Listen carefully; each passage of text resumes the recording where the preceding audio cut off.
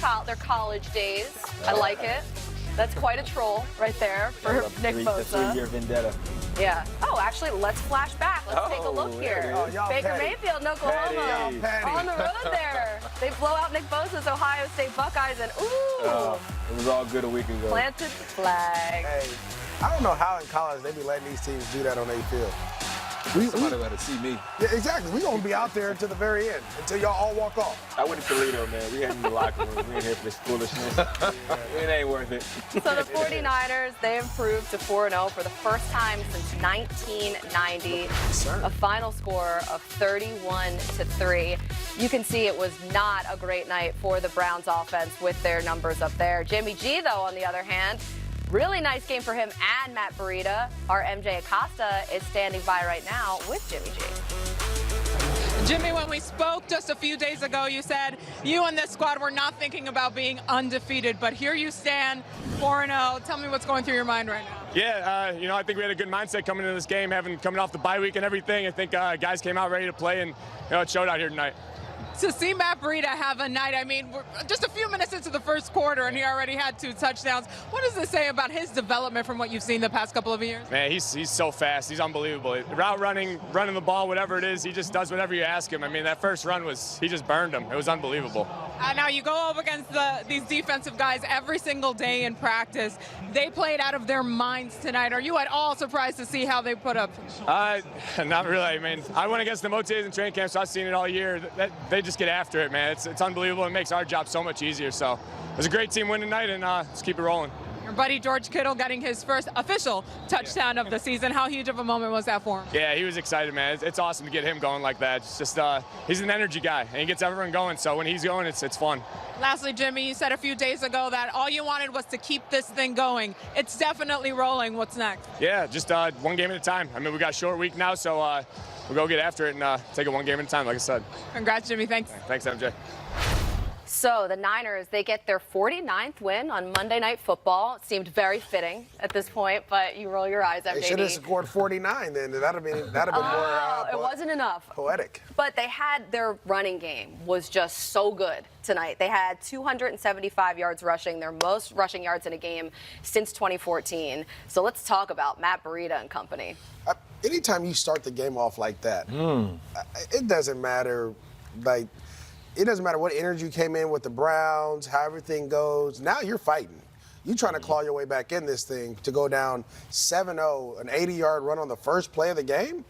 I don't know however long it was. I think it was 80, right? I mean, yeah, 80-something. But then on top of that, 83. you couple that with the first play. As a defensive player, I'm hyped, right? Yeah. Then they do that. Then I'm like, oh, my goodness, this is going to be a long day. Yeah, what are we in for? But then your offense goes in and turns the football over immediately, right? So then you right back out there. So you talk about really being demoralized as a defense, because when a team runs the ball down your throat, I'm a little corner.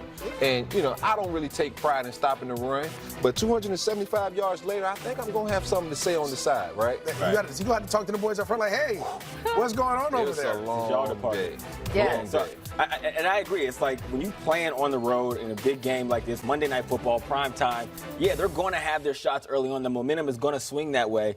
But at some point, you got to stop the bleeding, and they never did that. The run game continued every time they were on the field. The 49ers offense just ran it down their throat. And again, as a defense, nobody stepped up and said, hey, I'm going to be the one to make a play for my team. Well, it's so funny. Like, how many teams have we cried in the media saying, you got to run the ball. You need to run the ball. Yeah. You need to run the ball. Your ramblings. Oh, the Rambling, yeah. The Rambling, the Packers. My bad. Yeah, The Packers got it done, though. Yeah, but I'm saying, but all of a sudden, the Niners are undefeated, and they're leading the league in rushing. They have the most rush attempts. I mean, they run the ball, and then they'll throw it, but it makes everything clean for your quarterback. Your offensive line is going forward. All these different things. You had, I want to say, 2 running backs over 100 yards tonight. Coleman and Breida. I mean, come on.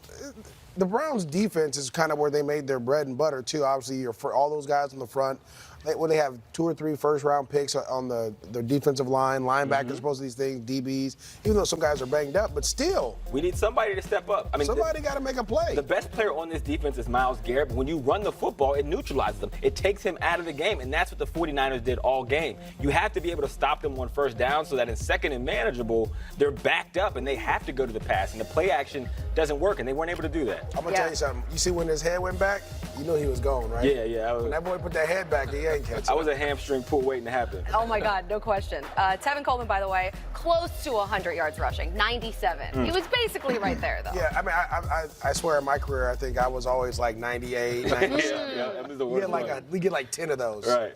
But when you flip it around to the other side, this defense, I mean, we knew that this defensive line was going to be so stout this year, but the Browns had no answer for Nick Bosa all night. Well, the Browns have to go back to, you got all these pretty pieces on the outside, but you didn't fix your offensive line. And so kudos to the Niners for going out there and just dogging them pretty much at the end of the day. I mean, Baker doesn't have any time. First, you have a tight end block. Yeah, why is a tight end blocking Bosa? That's a scheme issue that should never happen. Because And if Greg you do have Robinson that, Greg Robinson should be out there helping. Should be double teaming him. 1. Chips and give him some help. 2, I mean, there was just pressure coming from all over the place. Look, you got a blitz. He just getting. Yeah. I mean, there was so much pressure that even when it wasn't pressure, Baker was seeing ghosts. We always talk about that as football guys. Like, when you can get guys around the quarterback's foot, at some point he'll start to see ghosts. He'll start to see guys that aren't there. And you saw that with Baker. He was never setting his feet. Even that pick he threw to Richard Sherman, it was a great look. Had he had time to set his feet and step into that throw, he could have gotten it there. You see this pick right here to Callaway. He just has to catch that ball, I feel like. But even then, Baker's still moving his feet, and the ball's a little low and behind him. But, yeah, this San Francisco defense, we didn't know how good they were because they hadn't played much competition. Coming out of a bye, having a really loaded, offensively talented football team and the Browns come to town and them owning them like they did, I'm starting to think the 49ers are for real, especially this defense. Right, because you do look at the schedule and the 4 wins that they have. They beat the Bucks, they beat the Bengals, they beat the Steelers, and now they beat the Browns. And obviously you can only play who's on your schedule, but I think that's why a lot of people haven't been having them in the conversation of like one of the best teams in the NFL right now. And I think you kind of have to put them in there. Well, they haven't played on the big stage yet either, right? Because those games are 1 p.m. on the East Coast, or you play at home at the 105. So now finally everybody in the world gets to see you on Monday night, and they showed up. And if you want to be a star in this league, you got to perform in prime time. And Sherman showed up, Bosa showed up, their linebackers, Warner, were flying all over the place.